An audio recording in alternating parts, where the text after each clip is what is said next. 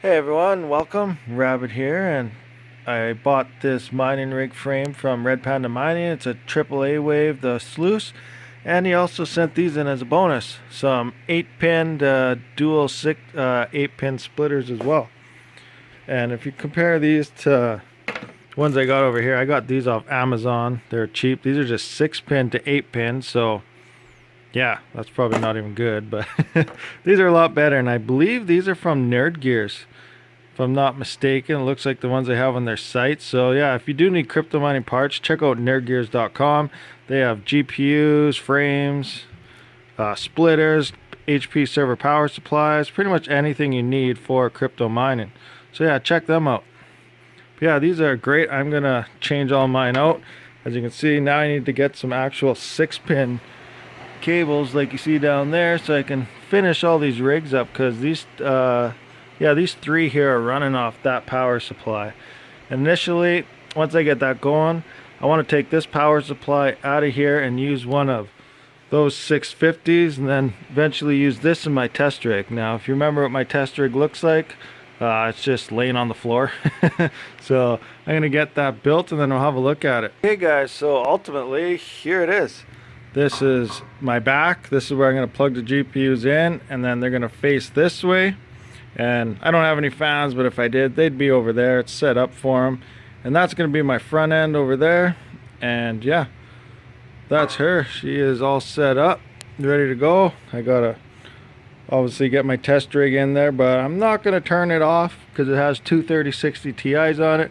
Gas fees are through the roof, so that's just going to stay running till the gas fees calm down for the most part. The thing I wanted to point out, if you're unsure, is, well, actually I'm not sure how many people know, but this AAA waveframe sluice, actually at the end of January here, I don't know if they're actually going to have it done by then, but that's their estimates, that their AAA wave is actually working on a brand new frame, complete overhaul design, supposedly, or so they say. So towards the end of January that may be released, but don't quote me on that, but we'll see. I have been in contact with them, so we'll see what happens when the time comes. But yeah, end of January there could be a complete new AAA waveframe frame coming out, complete new design anyway. So I thought I'd share that with you guys and get your comments on it. If you guys use these frames, see Panda use them, a couple people use them, but I haven't seen too many people use them. But for the most part, they're lightweight, durable, easy to put together for the most part. They came with some fancy gloves. Must have put them over there somewhere, but yeah. Now that we got that out of the way, next on our list here, I guess, is well, we got some GPU risers over there, a nice sweet box. So if you need risers, head over to gpurisers.com, enter promo code Rabid Mining. That's 10% off. It's $5 per pack. So quick little promo right there. So as we know before, I did sell all my 4GB cards. I kept one, which is on the end there, just to do testing as this DEG file gets higher and higher and the hash rate drops, to see when exactly that becomes not profitable at all, or a switch to Ethereum Classic, which in the most cases not profitable that much anymore either. So yeah, so I have an empty rack. I want to fill this up with 3060 Ti's. When that'll happen, who knows? Maybe I'll get lucky, pick up a sponsor, and go from there. But it's not looking that great.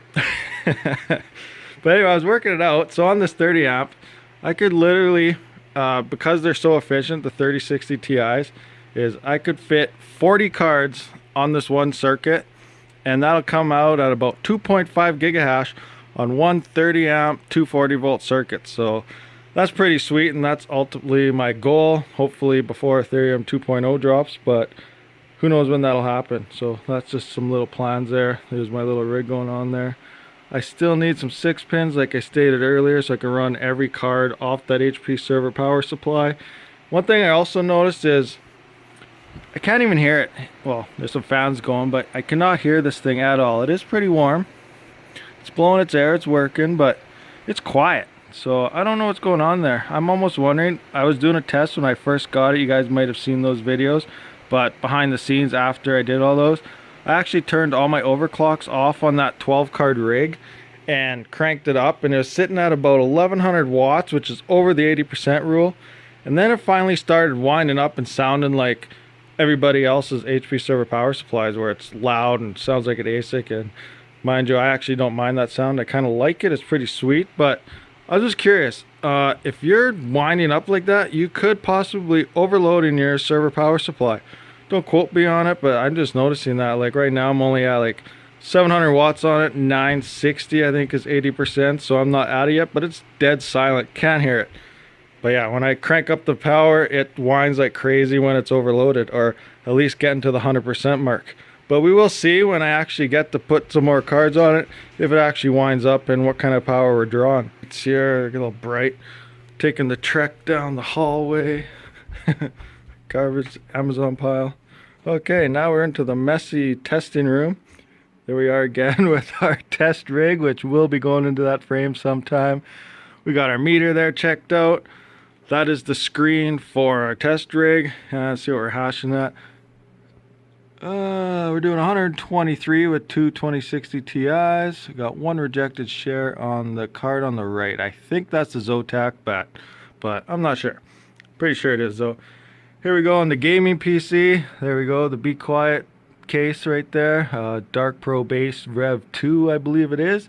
I have the shroud off because I'm always pulling it off to flash SSDs because I don't have the USB to SATA adapter ordeal thing.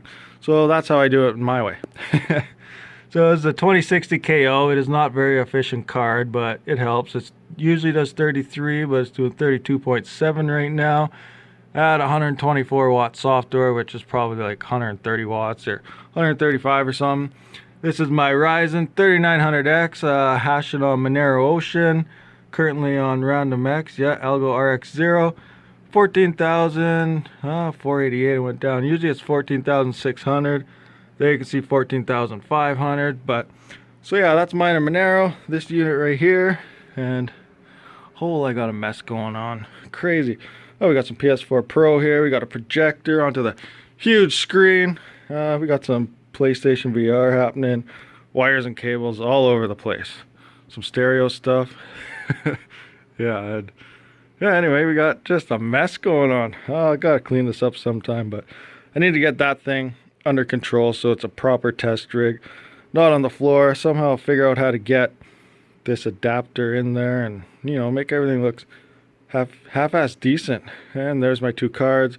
Still waiting on one more of those. So yeah, and if you saw my Zotac card, you noticed it has that problem with the DAG file loading. Now, I did notice after that video, a lot of people came out saying they're even getting that problem with EVGA cards. So that's interesting that that's going on. And I think I might just try to do a dedicated video on that. Try and get the word out, and maybe more people will come to me with some explanations or something. But for the most part, it seems to be a common problem now, not just with this Zotac card. So yeah, let me know if you're getting that problem, and if you missed that video, check it out. Point out though, yesterday was my birthday. Thank you everybody for the birthday wishes. You guys are all great. And today I actually got a message from Megabytes Mining. I guess he's from Edmonton, and he's told me to get a hold of him, so I did. And he actually sent 2.1 gigahash, so plus mine was 2.5 gigahash to my address, and he was mining on it for about 3-4 hours. Not very long, but essentially he mined in about 3 or 4 hours what I do in like a day and a half. So that's pretty sweet. But I just took a screenshot of some earnings here, and you guys with the massive amount of hash rates, just nuts. Like Panda, what are you at? Like 6 gigahash? Oh my. And guys with just massive farms, I can only imagine what you guys are making. One day I hope to have 2 gigahash myself, like I just pointed out there with 3060 Ti's. I have the capacity for it. I just don't have any cards or the money to do it. But yeah, so that sums it up. This is just a quick sum of what's been going on here in my crypto mining basement and the mess and all that other stuff that's happening. So hope you guys enjoyed this video. Thanks for watching. Hit that thumbs up. Be sure to subscribe. Where's that giveaway at anyway? Hold on. 500 subs. I said we were doing a giveaway. How do I close this? Close.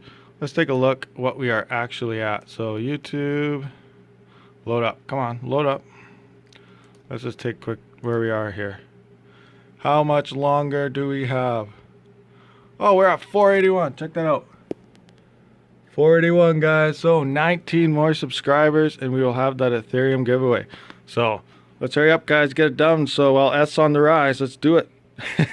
All right, guys. Thanks for watching, and subscribe, and catch you guys on the next one. Rabid out.